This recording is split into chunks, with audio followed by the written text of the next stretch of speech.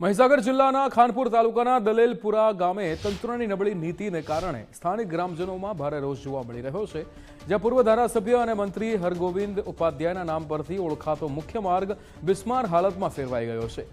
વારંવાર રજૂઆતો કરવા છતાં પણ તંત્રએ આખા રસ્તાના ખાડા પૂરવાને બદલે રસ્તાની વચ્ચે જ માત્ર 700 મીટરનો નવો ટુકડો બનાવીને સંતોષ માની લીધો છે, જેના પગલે ગ્રામજનો આક્ષેપ કરી રહ્યા છે કે વહીવટી તંત્રએ જ્યાં રસ્તો સારો હતો ત્યાં જ નવીન રોડ બનાવી દીધો અને જ્યાં આગળ પાછળ મસ્ત મોટા ખાડા એટલે કે અને મેટલો ઉખડી ગઈ હતી તે ભાગ એમ જ છોડી દેવાયો છે।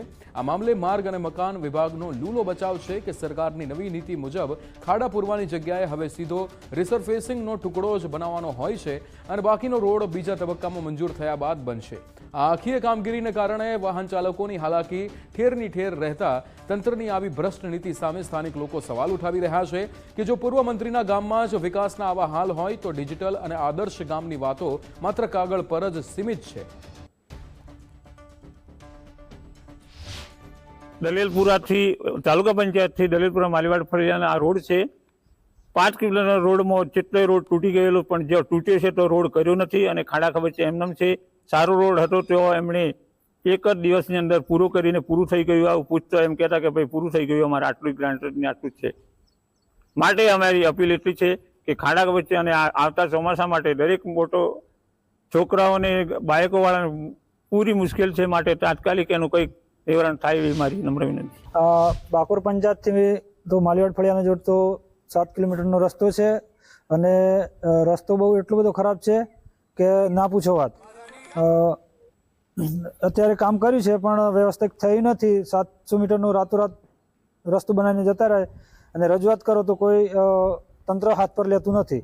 આ લગભગ આ રસ્તો 700 થી 900 માણસો પરિવારોને જોડે એટલો લાંબો રસ્તો છે અને એટલો પરિવારોને જોડે છે પણ બિનકાળજી સરકાર આનું કોઈ સાંભળવા રાજી નથી। અમારું બાકોર તાલુકા પંચાયતથી માલીવાડ ફરીના 5 કિલોમીટરનો રસ્તો અત્યારે બેફામ થઈ ગયેલો છે।